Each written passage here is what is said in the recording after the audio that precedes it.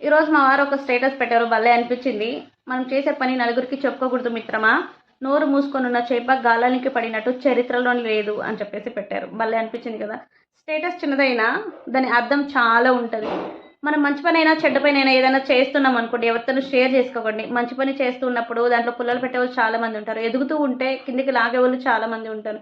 అదే చెడ్డ పని లేదా ఏదైనా తప్పు చేసామనుకోండి, ఎవరితోనో బాధపడి షేర్ చేసుకున్నాం అనుకోండి, దాన్ని 10 మందికి చెప్పి అల్లరి పాలు చేసేస్తూ ఉంటారు.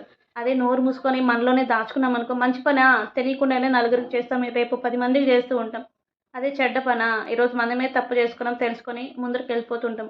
ఆ చేసిన పనులు నలుగురికి చెప్పుకున్నాం అనుకో, ఒప్పుని వాళ్ళు ఉంటారు, పుల్లలు పెట్టేవాళ్ళు ఉంటారు. ఎవరితోనూ షేర్ చేసుకోకండి. భలే అనిపించింది నాకు. మనం స్టేటస్ చదవడమే కాదు, దాన్ని అర్థం చేసుకుంటే కూడా చాలా బాగా అనిపిస్తుంది. ఎంతోమంది మేధావులు ఉంటారు, కానీ కొన్ని కొన్ని చాలా బాగా అర్థమవుతుంది. మా వారు పెట్టారనే కాదు, దాంట్లో అర్థం చూడండి ఎంత బాగుందో. నోరు తెరిచి ఎర్రని పట్టుకుంటేనే కదా గాలానికి పడుతుంది, అది నోరు మూసుకొని పోతే గాలానికి పడదు. ఇదే అక్కడ చెప్పారు. లాజిక్ ఎలా అనిపించింది కమెంట్ చేయండి.